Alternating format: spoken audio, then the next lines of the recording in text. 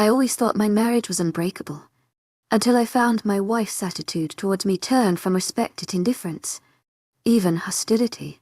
I decided to follow her, only to uncover a truth I never thought I'd face. Years of routine had cemented my life into a predictable rhythm. Steady work, an active lifestyle, and a marriage, I believed, was built on mutual respect. But cracks began to appear as my wife's frustration surfaced in sharp words and icy silences. The person who once felt like my greatest ally seemed to view me as a stranger or worse, an adversary yet. I couldn't bring myself to believe that the foundation we built would crumble completely. Despite the growing distance, I clung to the hope that this was a phase, one of those difficult stretches every couple encounters. It wasn't until I stumbled upon unsettling clues, small, subtle changes in her routine and a growing secrecy in her behavior that I realized this was something far deeper than a rough patch. The day I decided to follow her after work was the day my illusions shattered, plunging me into a reality I never thought I'd face. A deep involuntary groan rumbled from my chest as I struggled to shift positions. Consciousness had only just returned yet. My body seemed paralyzed, ignoring the frantic signals from my muddled mind to move quickly. Pain flared from every part of me, its intensity disorienting as I lay sprawled on the gritty ground. Dust rose with each strained breath, stinging my throat and filling my nose. Every inch of me ached. My ribs throbbed, my head pounded, and my limbs felt like lead weight, pressing me down. Even the smallest movement sent shocks of agony, rippling through my battered body somewhere. I dread that the human body can't feel pain from multiple areas at once. But I'm here to say, whoever wrote that article was a fool. Along with a groan, I heard a voice cutting through the darkness. "Hey, idiot, you awake and ready for round 2? A mocking laugh followed, cold and derisive. Nothing like the sound of genuine amusement. I lay still, struggling to gather my thoughts. The first thing that came to mind was my name, Alex Thompson. I muttered, barely above a whisper. That's it. That's my name. I'm 33 years old. An accountant. I'm 6 feet tall. About to pound. I work out 3 times a week and run a 5K twice a week as part of my routine. Sometimes I mountain bike as a change. I'm married to Lisa Thompson. She's 30 and we've been married 5 years. We don't have kids. Not because I don't want them, but because Lisa does. She wants to live a bit more before committing to kids. Now I remembered that. Where I was lying on the ground, breathing in dust. Our home life had seriously fallen apart over the past 6 to 8 weeks. It wasn't just the lack of closeness in the bedroom. No, it was the whole deal, mocking comments about everything I did or didn't do, angry outbursts over the smallest things. Insults about my masculinity, my skin color, my hair, my family, everything. Lisa had stopped cleaning up after herself, and even refused to cook something we always shared before. Things got cold. I remember when we met, how we started dating, but right now, I didn't feel like wasting time on those memories. Finally, fed up with the misuse and neglect in our marriage, I'd taken a day off to follow Lisa while she went to her job at the local supermarket after her shift. Things took an interesting turn. You know, the old Chinese curse, may you live in interesting times. Well, it hit today, or rather tonight. It was a warm September day, turning into an equally warm September evening. The temperature must have still been in the upper 60s as I lay there in the dirt, reflecting on what had happened. Lisa left work and drove to the nearest convenience store. I watched her pull a small overnight bag from the trunk of her car. By the way, she was driving a nice car courtesy of me. Her meager wages hardly covered her clothes and makeup. I didn't mind covering all the bills. At least I didn't mind it. Until now. I loved her and wanted the best for her. When she came out of the store, she was wearing the shortest microskirt ever seen. If she hadn't been wearing a string and been shaved, you'd have been able to count every hair on her mound without even trying hard. Her blouse was sheer and she wasn't wearing a bra. She swung her hips as she walked to her car, heading for the sleazy bars on the outskirts of town. I followed her. She pulled into the absolute worst bar in town. A biker hangout. Don't bother telling me. To my agent extraordinaire, Madeleine Nobel. Heartfelt thanks for your unfailing patience, enthusiasm. Aren't bad bikers out there. I know I'm a biker myself. But this wasn't the type of place where you find poker runs or charity events on weekends. Lisa parked her car at the end of a row of bikes, making sure her lap was visible to everyone as she got out. A couple of bikers standing near the door just smiled and nodded as she walked past. Clearly, she was no stranger to these guys. I parked some distance away from the bikes and got out of my old truck. Sure, I could afford a newer one, but this truck meant something to me. My dad bought this Dodge Power wagon in the 80s, and he kept it in perfect condition until his end in industrial accident. I worked hard to keep it as original as possible, except for the lift kit and new 20-in tires. The original chrome bumper had long since been replaced with a heavy wooden one. The truck was a little loud, but it was mine. The guys outside gave it a glance as I closed the door. It wasn't unusual enough for them to keep staring, so they went back to their conversation. As I got closer, I caught the scent of dopey in the air, which made sense. Given the location, I was wearing jeans and an old t-shirt, not my usual suit. Following my wife around wasn't something you do in business attire.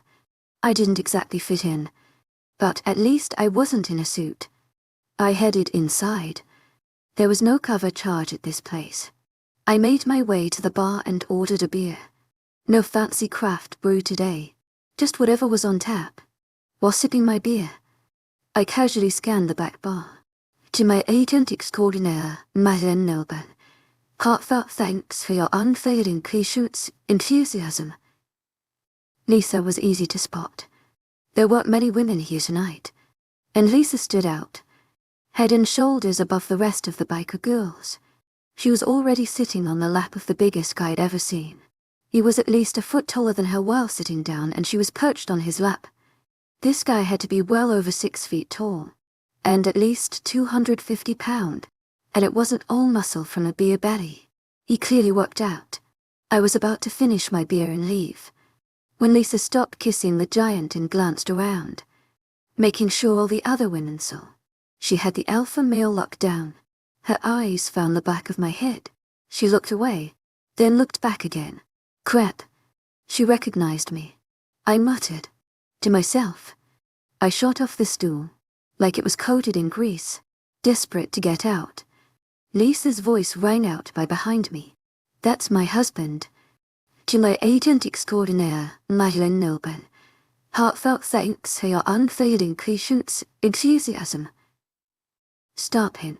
Someone. He's going to ruin this for all of us. Before I could get far, the guy grabbed my arm. I spun around and shoved him into the wall hard enough to break free. A few steps toward the door, and another guy swung at my head. I have a hard head, and I wasn't always an accountant growing up in a rough neighborhood. Taught me how to handle myself. Grazed my head as I ducked, and I countered with a solid strike to his solar plexus. He grunted, doubling over, struggling to breathe. I didn't stick around to make sure he went down.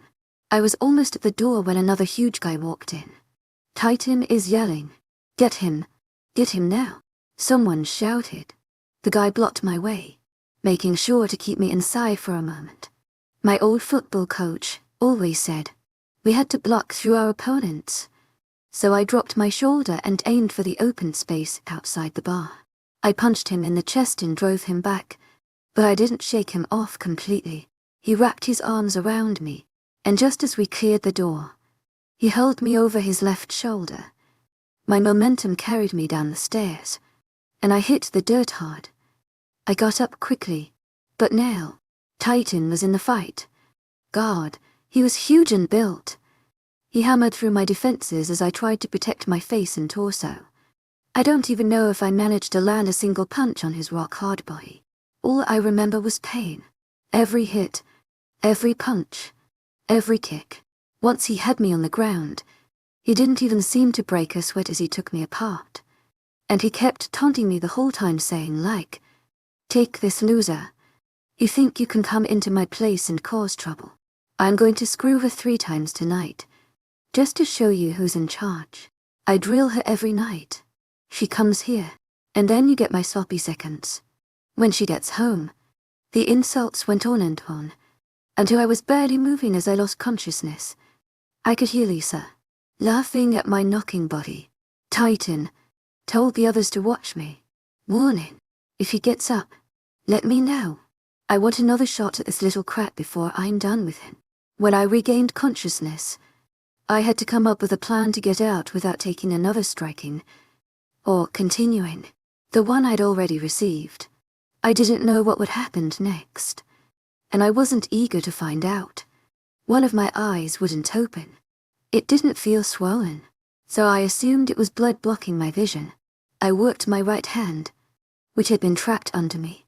When I fell until I could reach my eye, it had been some time since I blacked out. As I rubbed the dried blood away, I finally managed to get my eyelid open and could see a little. My left eye seemed fine. Not knowing where the watchers were, I hoped I was hidden in the shadows. I began to slowly inch toward my truck. I moved a few inches at a time, as quietly as I could, stopping to make sure no one had noticed. Then I moved a little more. I kept this up, inching closer to the truck. Once I was behind the bikes near Lisa's car, I carefully got up on my knees. I bit down hard on the inside of my cheek to keep from crying out from the pain. My breathing was shallow and wrecked, so I guessed I had some broken ribs. Even taking a small breath hurt. Like, hell-sharp pain reminded me to move slowly. Once I was on my feet, I looked around. My watchers were clearly distracted, probably due to the extra dope and booze they had been given. They were seated next to the building, barely paying attention to anything happening around them. The Taliban would have had a field day with these idiots. I turned and checked my surroundings. No one was near my truck. I hunched over, moved slowly toward my ride. I unlocked the door and opened it. Now would be the time for an alarm with the dome light flicking on like a beacon in the otherwise dark parking lot. I regretted jacking up the truck so high as I struggled to climb in. The only thing keeping me from getting caught was the fear of being seen before I reached safety. I sucked it up and got inside. I slid into the seat, put the key in the ignition, and shut the door. The dome light turned off. I took a few calming breaths, trying to figure out my next move. Starting the truck would break the silence and alert my attackers. How could I get away as? I looked out. A slowly spread across my face. Crap. My teeth and lips. To my agent extraordinaire, Madeline Nilben. Heartfelt thanks for your unfailing patience, enthusiasm. So, the smile quickly faded right in front of me. About 30 yards away was Lisa's car and all the bikes lined up. Admittedly, did I have the power to make it happen? I couldn't crawl back out and engage the hubs. So, I'd have to do this into wheel drive. This old truck didn't have the automatic hubs, like newer ones. It was time. I cranked the engine and it fired on the first try, dropping the transmission into low. I floored the gas.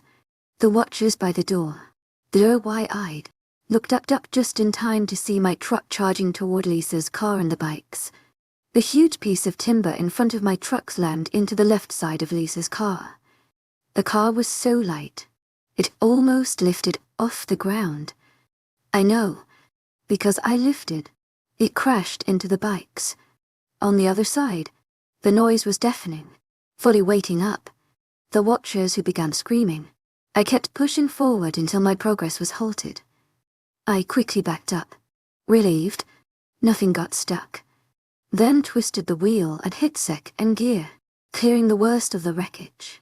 I twisted the wheel again and hit the rest of the bikes this time with enough force to shove them right up against the bar's door, blocking anyone trying to exit. Unfortunately, I couldn't smash into the building itself. I would have loved to drop the whole mess right on Lisa and her lover.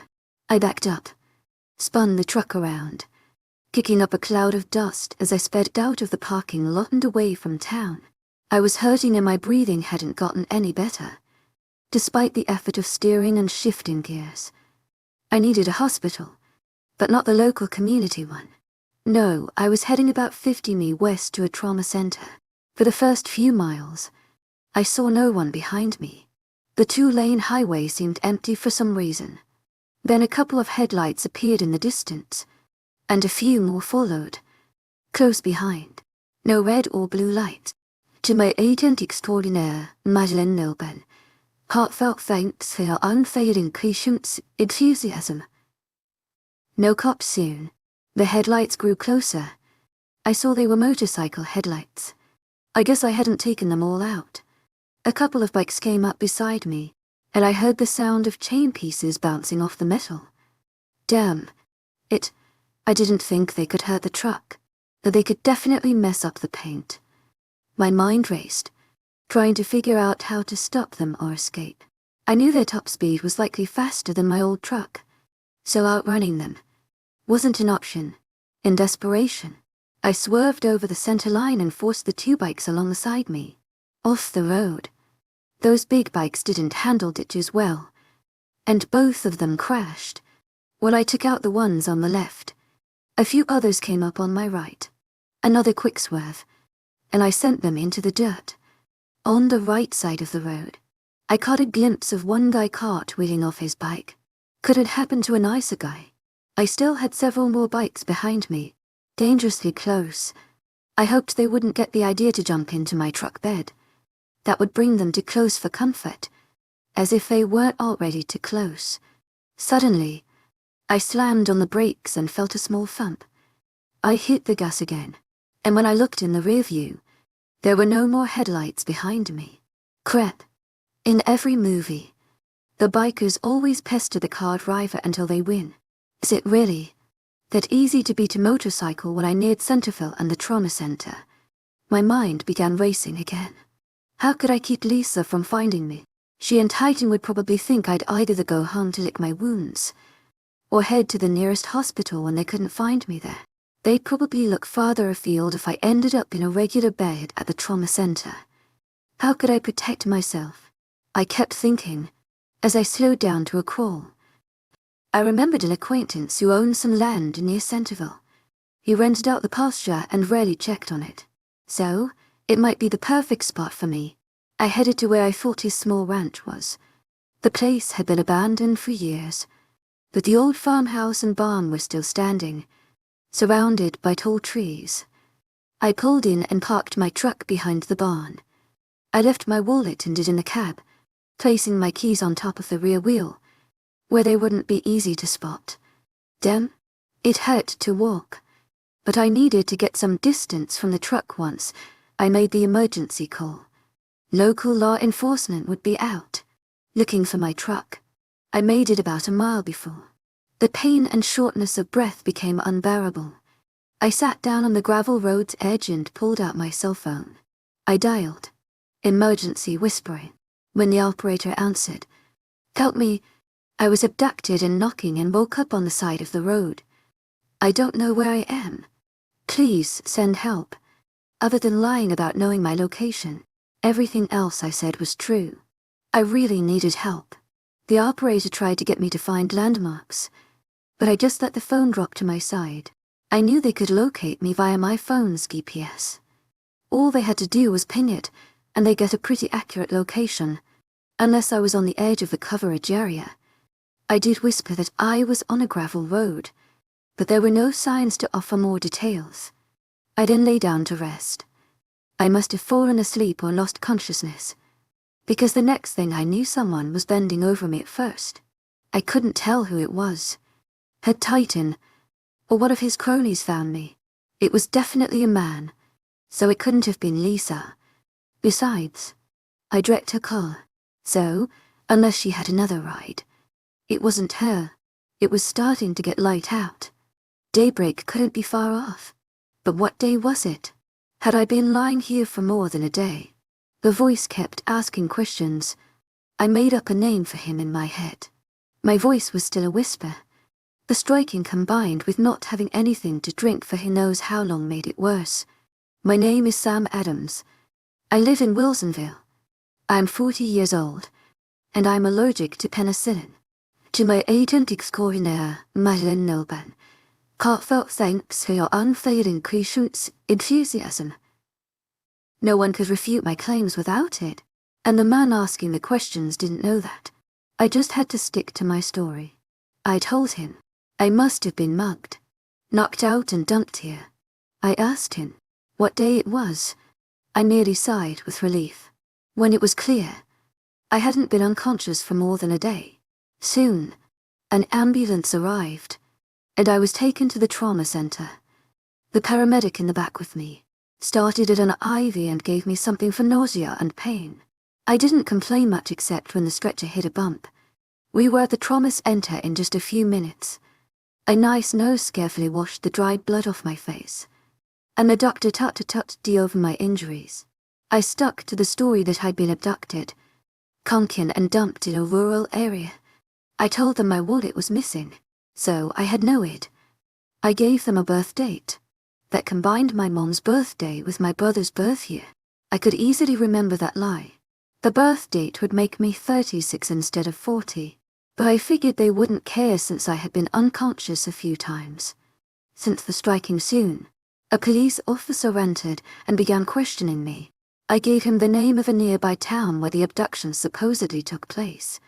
There were plenty of small towns around Centerville, so it wasn't hard to come up with something. But when he asked for my home address, I realized I'd have to come up with another lie. Too many lies might be hard to keep straight. I also told him I was divorced and had no family. That one would be easier to manage. Then, the cop asked a strange question. Do you ride a motorcycle? That one was easy to answer, and I didn't need to worry about the truth. I used to many years ago. To my agent extraordinaire, Madeleine Nolban, heartfelt thanks for your unfailing patience, enthusiasm. But I haven't owned a bike in a long time. Why do you ask? I added, curious. We were investigating an accident, or actually a series of accidents about 20 m from here. The officer explained, 2 bikers were eliminated in one crash, and 6 others are injured, ranging from broken bones to critical head trauma. None of the riders can tell us what happened. We have detectives looking into it because it doesn't add up. These guys are hardcore riders, and crashes like this just don't make sense. The theory is that a rival motorcycle gang might have caused the wrecks. I shook my head, trying to seem as clueless as possible. I don't even know anyone in a bike club. No one I work with owns a bike called as poker runs. The officer leaned forward, studying me. Any idea who might have wanted to hurt you? Nope, I answered quickly. I'm divorced. Live alone. I work on an union construction site, and we haven't had trouble with the union guys in a while. I go out for a beer once a week, but I have a drinking problem, so I don't let myself get too drunk. Last time I didn't sober up for 3 or 4 weeks. It was hell getting my reputation back. My ex-wife remarried and seems to be doing fine. She probably left me because of my drinking. I don't think her husband's jealous. She probably tells him all the awful things I used to do. The officer finally left and the nurse returned. The doctor wants you to stay here tonight. He's concerned about your kidney function. There was some blood in your urine. You've got broken ribs too, which need time to heal. There's not much we can do about those, except give you some pain medication so you can breathe properly. I nodded and let them do their thing. Once she left, I pulled out my cell phone and called my brother Eric. I know it's early, but I need some help. Eric's pretty laid back, so he took it without question. I told him what had happened and where I was, including my fake name to use. If he came to see me, what do you need right now, he asked. He'd always liked Lisa, but didn't give me any grief. I figured that might come later, but not now. I need my stuff from the house. If you could arrange for a mover who won't ask questions and make sure that woman doesn't interfere, then my things could be moved to a storage facility. Can you handle that? He didn't hesitate.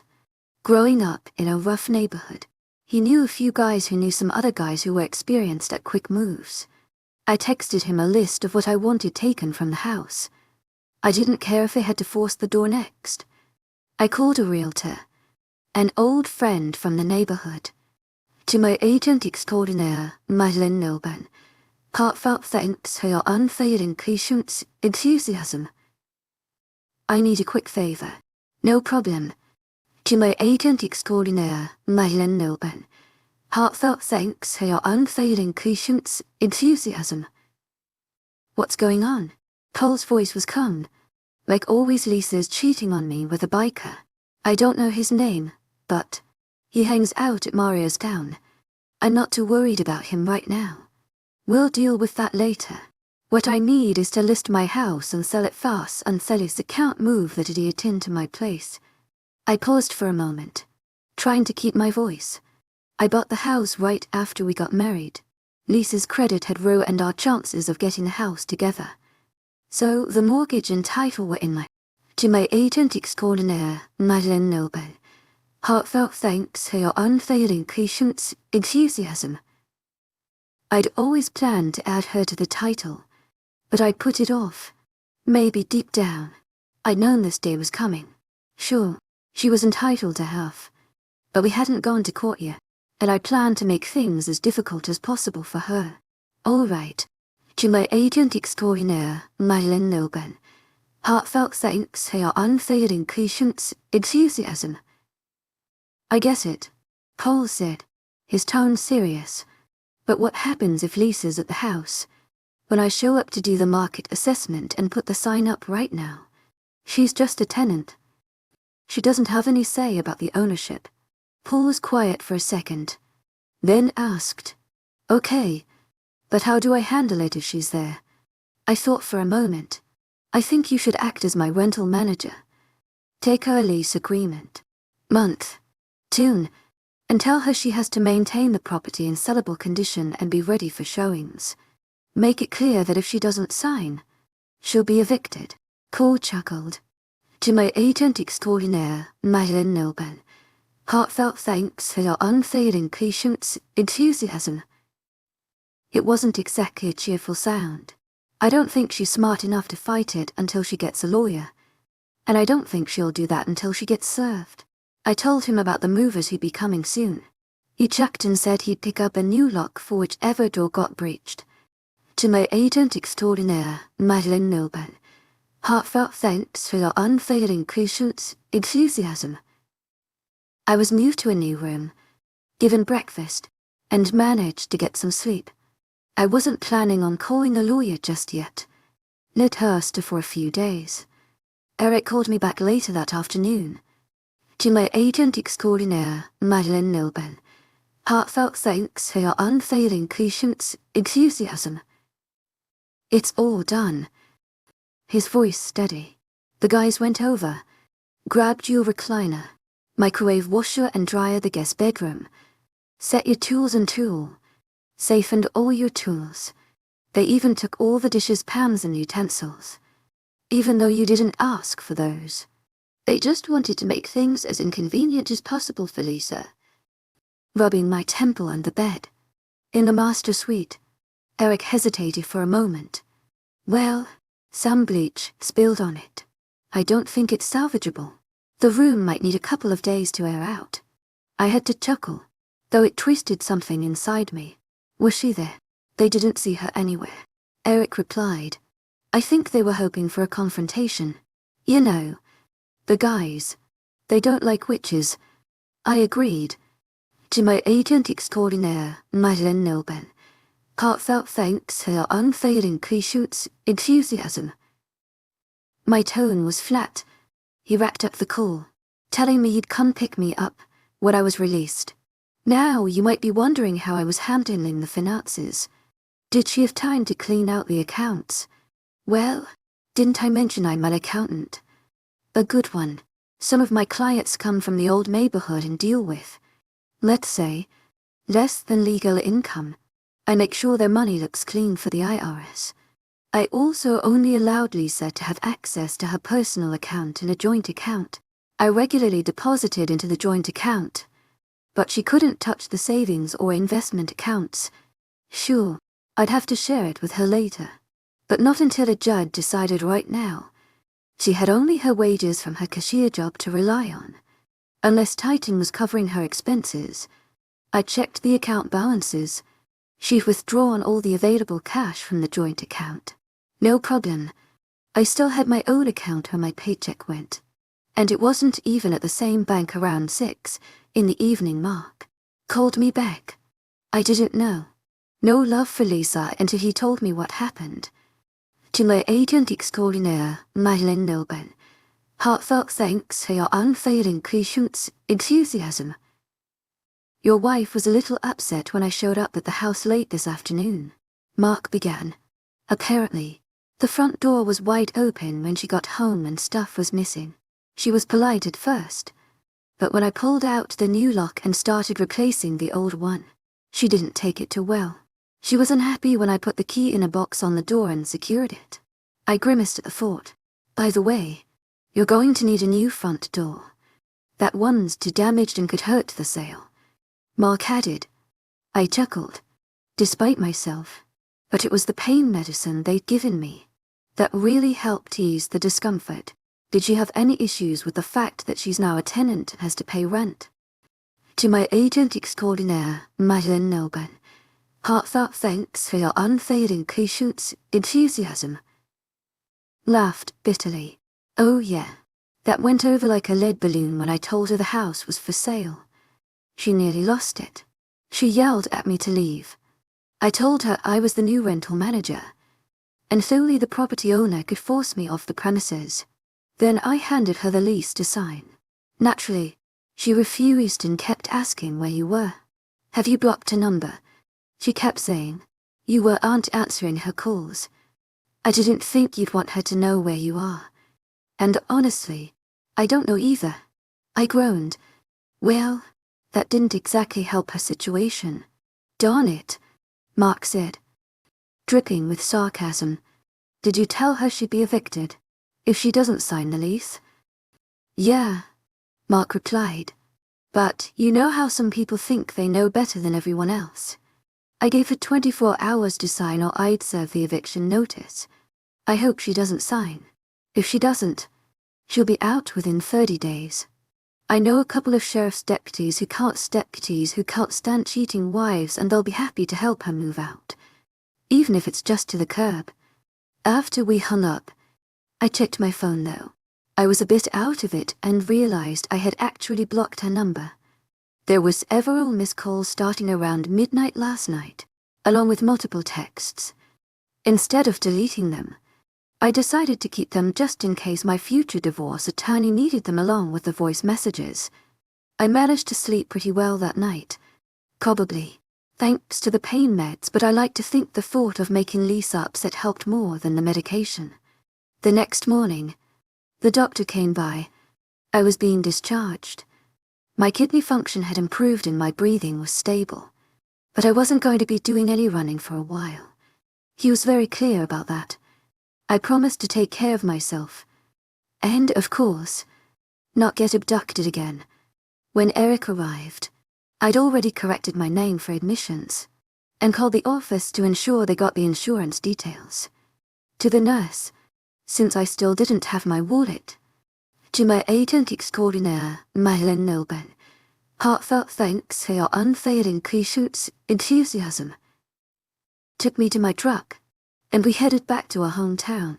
I certainly wasn't going to call it my home anymore since now I was homeless. Once we got into town, I checked in with work. At least my boss was furious about my disappearing for days.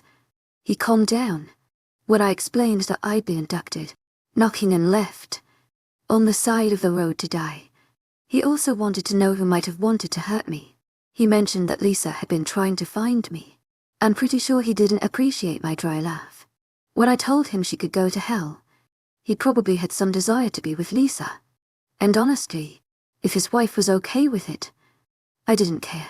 I arranged to take a couple more days off, since it was a slow period at work with quarterly reports done and tax season still far off. I quickly found an apartment near my office.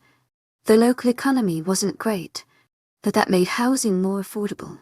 I signed a year-long lease, paid the necessary deposits and got the electricity and gas transferred to my name.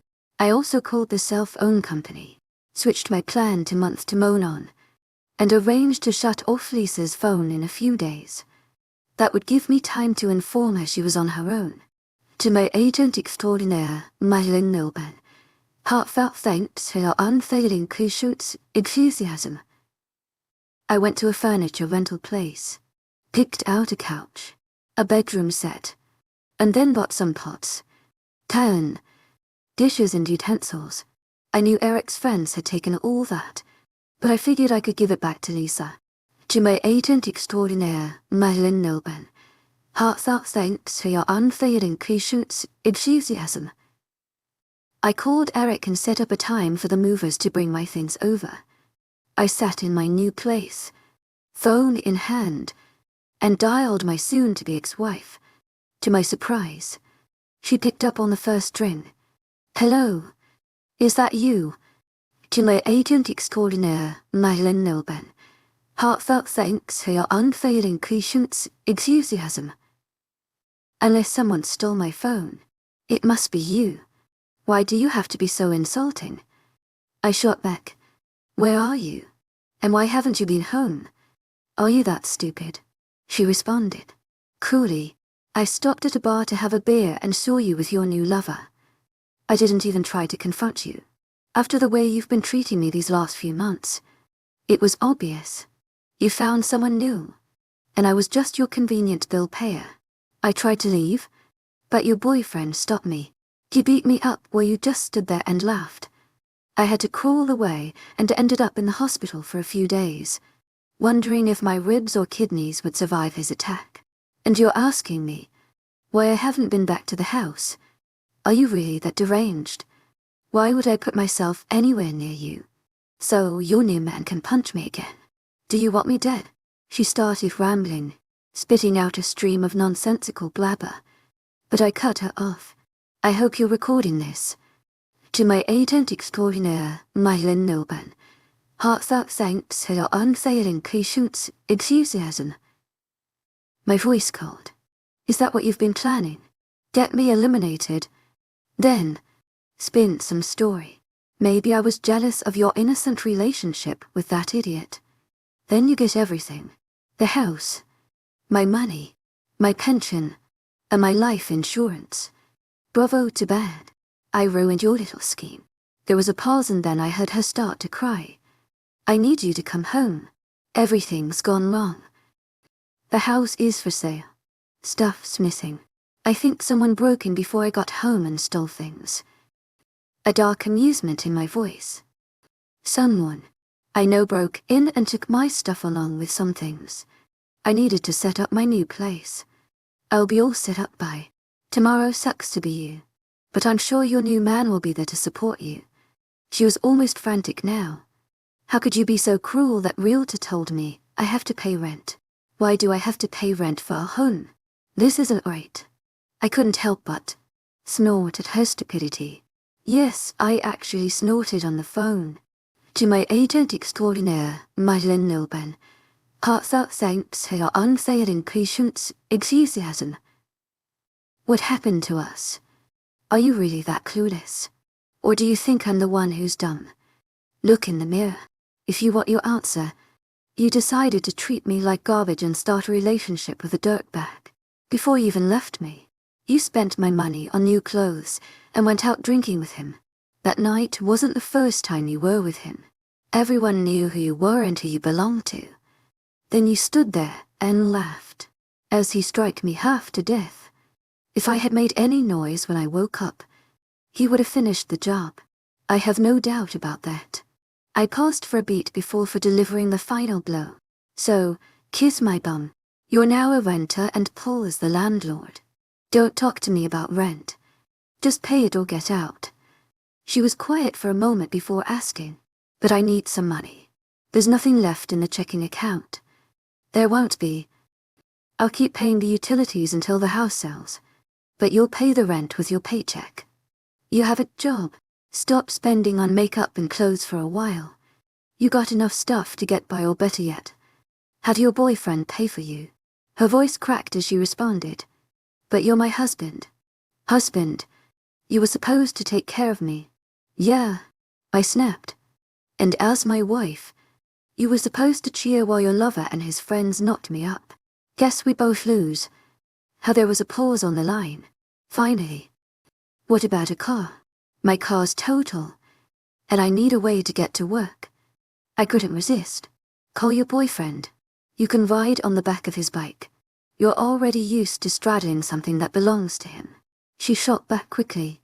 He's in the hospital with a head injury and broken bones. He was chasing you.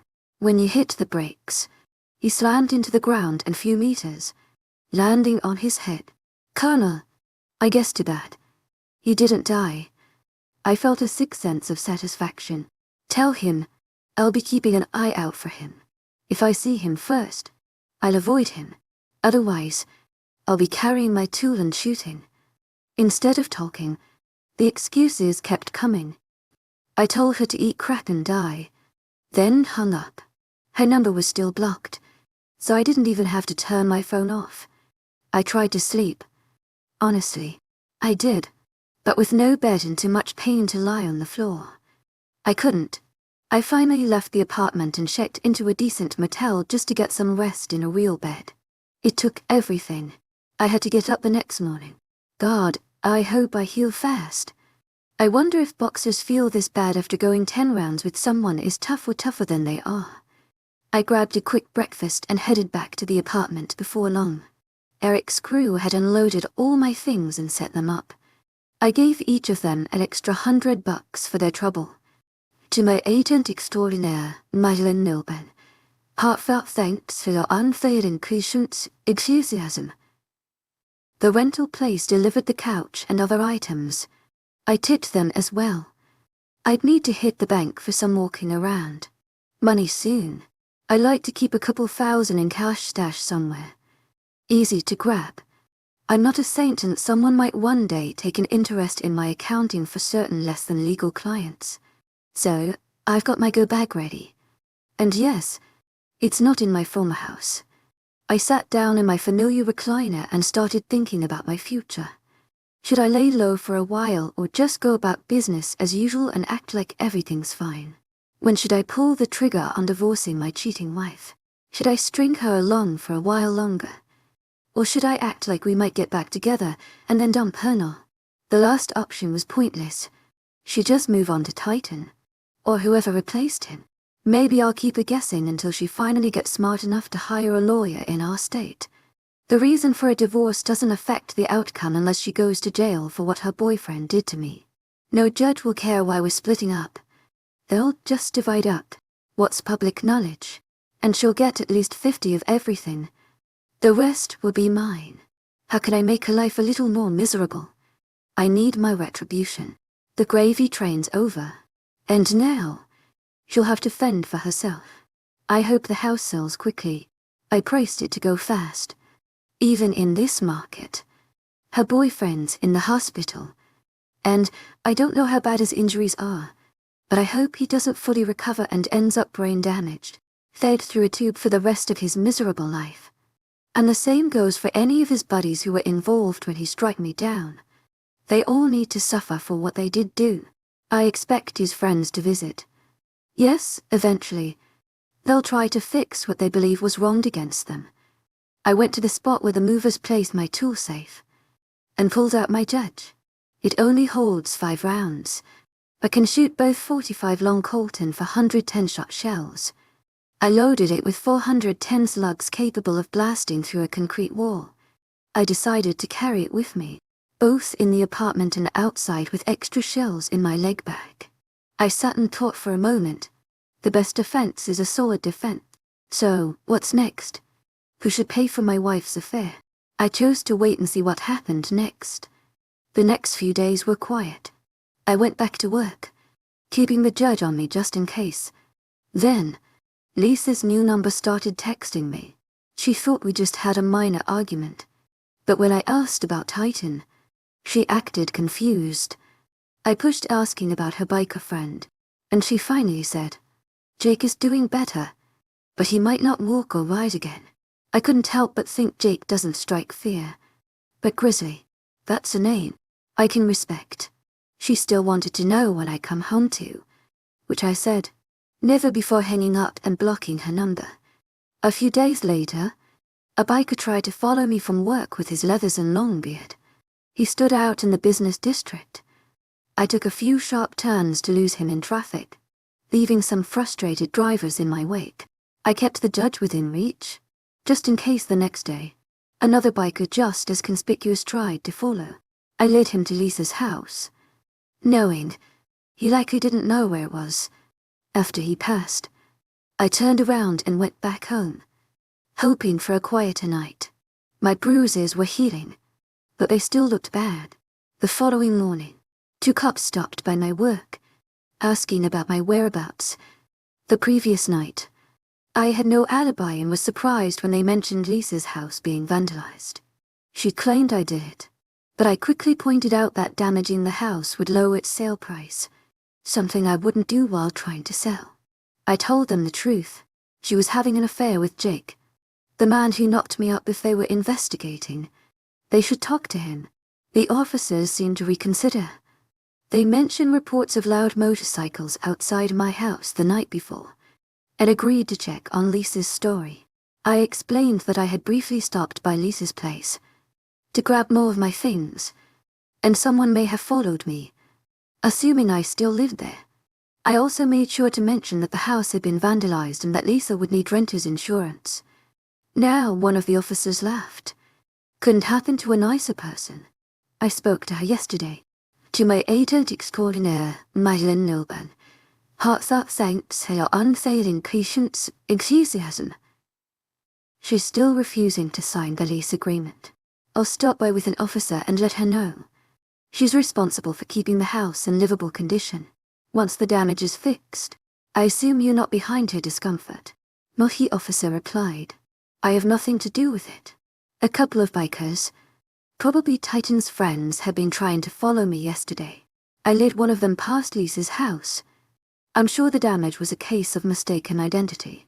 The police are looking into it and have questions for her boyfriend, Jake. He chuckled again. Then I was interrupted by an unknown call. I checked the display. Lisa, I answered, bracing for the worst. What do you want? She snapped. Why are you trying to get the cops on me? Why would I damage a property I'm trying to sell? Are you on something? Her aggression caught me off guard, but I quickly regained my composure. I thought you'd be smarter than that. Lisa, you're accusing me of vandalism. Now there was a pause followed by the sound of her swallowing nervously. Her tone softened. To my agent extraordinaire, Madeleine Nilban. Heartfelt thanks for your unfailing patience, enthusiasm. When you were mad at me, I thought you might have done the damage. After cops left, Jake, he admitted, some of his friends might have been looking for revenge. You hurt a lot of guys and damaged their bikes. I couldn't hold back my frustration. I hurt someone. I was the one knocked out cold after your idiot of a boyfriend touched me. I don't know how you can say I hurt anyone. I was in the hospital. Lisa's voice wavered, but she pressed on Jake and his crew. Think you're the one who ran them off the road? They were just trying to stop you from going to the cops. You didn't have to hurt anyone. To my agent extraordinaire, Madeleine Nilban. Heartfelt thanks for your unfailing patience, enthusiasm. I muttered. Do you hear yourself? I was the one knocking unconscious. Your boyfriend had people waiting to finish me off. When I woke up, you stood by and cheered him on. And now, his friends trashed your house. And you're trying to pin it on me. Keep popping those stupid pills. You'll be turning tricks for Titan. Soon. She started to protest, her voice rising in anger, blaming me for everything. Shut up. And listen. I interrupted. Paul will be over to today to assess the damage for the insurance claim. I'm only insuring the property as a rental. Now, out as a private home, you'll need renters. But this is our home, not a rental. Why are you doing this? Her voice stinged with confusion and disbelief. I had to take a breath. What part of your cheating and throwing away our marriage don't you get? This is on you. I was happy to support you, but you chose to start an affair and stand by. Why strike me? You wanted me hurt. This is all on you. I ended the call and tried to focus on my day. My ribs were sore from breathing deeply to calm down my face. Act. From enthusiasm. From healing abrasions. And I was furious as I left work. Another biker was waiting. He didn't try to hide. He just followed a couple of cars behind me. I drove towards Centerville, then made some sharp turns to lose him. I stopped abruptly and turned my truck sideways, blocking the street. He couldn't maneuver, and his bike was too big to slide like a dirt bike. I got out, drew my judge and held it up just enough to show I meant business, but not to threaten his life. He looked sick, trying to bluff. Hey, mister, I don't know what your problem is, but I just want to get home. Why the sudden stop? And the two-lie interrupted. You follow me. Since I left work. We 40N from where you think you belong. No more warnings. You screwed up last week. And watch Grizzly strike me down. Some of your friends pay for that mistake. Others are still recovering last night. You vandalized Grizzle-Y's girlfriend's house, thinking you had me. And now here. You are all alone, practically begging me to DV you, like a bad habit. How much dumber can you get one shot from this tool? And you'll be lying in the street. A huge hole in your chest. Life draining out. You'll be conscious long enough to know you're dying. And there's nothing you can do about it. He started to bluster, but stopped when I cocked the judge. I told you. No more warnings. If you survive, I hope you tell your buddies how serious I am. I've sworn out of protection order against you and your friends. If this goes to court, I'll plead self-defense.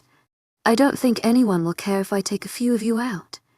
Hell, maybe I'll even get a humanitarian award for it. I stepped closer. Look around. Do you see anyone watching us? The neighbors probably heard your bike, but don't want to get involved. No sirens. The cops either. Don't know. Or don't care. He glanced around. No one was in sight, even though it was early evening. I clicked the cylinder. 2 stops. He looked even more terrified. I raised the judge and shot out his headlight with a 410 Bird's hot shell. No penetration, but it sent a clear message. Now, get this piece of crap. Turn around and head home. It's getting dark and you've got no headlight. I might follow, and I'm guessing you won't. Farewell. In a nighttime collision. He nodded and quickly turned his bike around, peeling off like a scolded dog.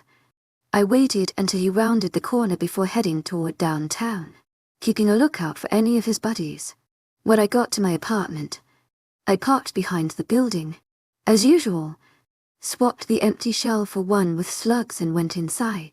No more. Mr. Nice Guy. The rest of the evening was quiet. I hope it would stay that way, but the peace only lasted a month until Jake got out of the hospital. One night I drove home, checking my mirrors. No sign of anyone following, so I relaxed and parked. As usual after a frozen meal and some football, I was ready for bed, when there was a loud banging on the door. Jake had found me. I turned on my phone's video recorder and called emergency explaining I was in danger. The dispatcher could hear the yelling and assured me help was on the way. I considered opening the door, but I didn't want to risk it looking like entrapment. I waited for him to break in. When he did, the door crashed open. One hinge, torn from the frame. Jake, grinning, charged in. Well, crap head, time to pay for your mistake. He raised his hands to strike, but didn't notice the tool in my hand. I defended myself by firing 2 shots in his direction, aiming to stop his advance. His hands dropped, and he staggered toward me with a confused look. I sidestepped him and saw 2 more bikers entering. They were here to finish the job, but I didn't give them the chance. I aimed carefully and each shot effectively neutralized the threat without further escalation. Those slugs have great stopping power. It wasn't like the movies. There were no dramatic slams against the door. just bodies dropping and groaning. I called emergency again, telling them to send ambulances as I reloaded the judge. I started hearing sirens and the roar of motorcycles. To my agent extraordinaire, Madeleine Milburn, heartfelt thanks for your unfailing patience, enthusiasm. Jake's friends didn't want to stick around for an interview. The two bikers I shot were breathing and writhing in pain, likely hit in the ABD. Jake appeared, severely injured, struggling to breathe as he clutched his chest. He wasn't defeated yet, still muttering curses. You are home. Why didn't you just die? When I punch you, she belongs to me. Now, I looked him straight in the eyes. I told her to tell you. I'd avoid you. But if you came after me, I'd put you down like a rabid dog. Clearly, you didn't learn your lesson. Hope your friends do before I deal with them. You think you're tough. I turned off my phone's recorder, then leaned close to his ear. I have a friend who won't say a word. They'll just make you and your buddies disappear. No one will know where you went. Families will wonder, but there will be no answers. Just a hole in the ground. Jake's eyes glazed over, and he took his last breath before I could say anything else. The cops arrived, and I made sure to show I wasn't a threat by kneeling on the floor with the judge. Open shells in front of me, hands behind my head. The first officer kept his tool on us. While I was cuffed, they cuffed the other two bikers, even though they weren't a threat. At that moment, a quick search found knives and tools on the biker's end. Titan was carrying brass knuckles when they examined his body. Ambulances arrived, and the two bikers, looking pale, were rushed to the trauma center. The cops interviewed me. After reading my Miranda rights, I had them contact an attorney. I knew, and I gave my statement without holding back. They took my phone, time-stamped the emergency call, and found photos of my injuries and messages from Lisa. I knew the doll would have plenty of evidence. I was booked on manslaughter, attack, and firearm charges. A detective warned that more charges could follow, but once my attorney arrived, the questions stopped. The next morning, I was released on my own. Reconnaissance. The press had already spun the story in my favor. The doll had received calls demanding my release. Though charges were still pending, I wasn't worried. I had friends who would arm me again, if needed. The doll also told me that Lisa was changing her story, claiming Jake had come to make peace and asked me to be his accountant. I laughed. The doll said the recordings told a different story, and he hoped the violence would die down. I just nodded. As I left, Lisa was waiting outside. You butcher. How dare you liquidate my man? He just came to bury the hatchet. She tried to slap me, but the cops were nearby and quickly cuffed her. My attorney had them press charges for domestic attack, and they took her away. Hopefully the doll would play the recording of the break-in and the attack for her, but I doubted it would shut her up, since my apartment was still a crime scene. Eric took me to his place. It was time to end this. My attorney started the divorce proceedings with Lisa, then left. Eric and I had a council of war about Jake's friends and how they needed to learn the consequences of their actions.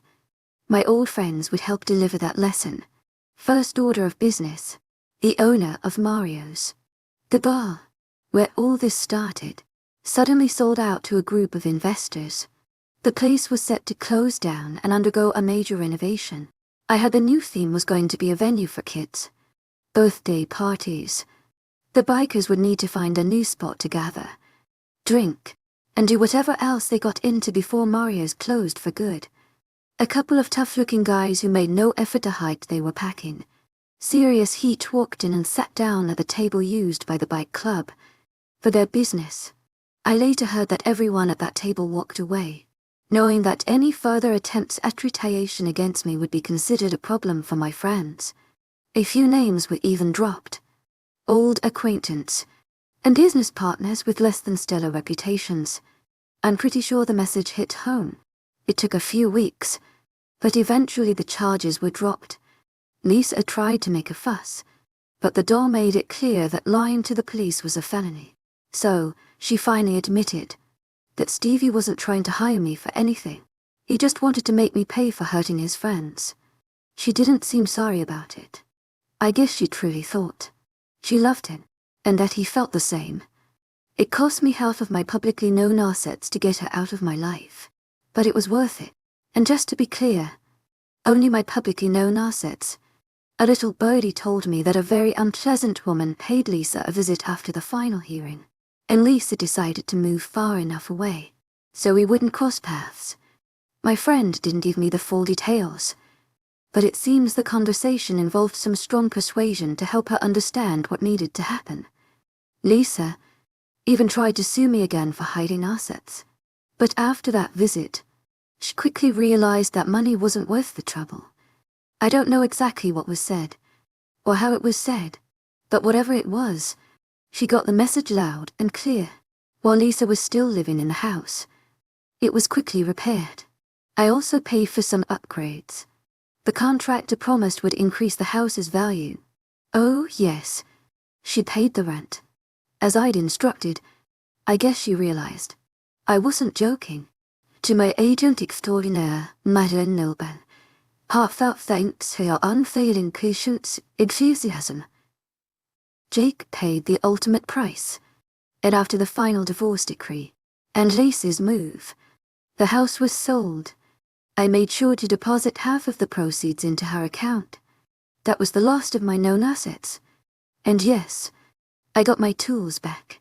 The police gave me a warning that they were keeping an eye on me, but I just smiled and reloaded the judge. Even after my unnamed friend sent a warning to the bike club, I was ready for someone to try to take me down. Some people never seem to learn their lessons. I'm still working at the same accounting firm, and I still have some of my old friends from the neighborhood as clients. My boss is happy with the revenue I'm bringing in, so he doesn't question who my clients are. I also keep my go bag stashed somewhere, just in case things start getting a little too hot around here, especially after I had to take down one attacker and wound a couple of others. It's amazing how something like that can get a few sharp cops watching. You're adding up little clues and bits of evidence until they start connecting the dots. Recently, my boss sent me down to Baja, Mexico. A new client needs help figuring out how to clean up his dirty money and turn it into legitimate business revenue. He's a nice enough guy, but for some strange reason, he keeps asking me if I like stew and as for dating once in a while, I'll go on a real date with a real woman. Mostly, I have a few friends with benefits, but the true loves of my life right now are the two new German Shepherd puppies I adopted. If you wake up to two little puppies, wagging their tails and showering you with kisses, you know, your life is pretty damn good. Thank you for tuning in. If you enjoyed this episode of the story, please give it a like, and don't forget to subscribe to get notifications for updates.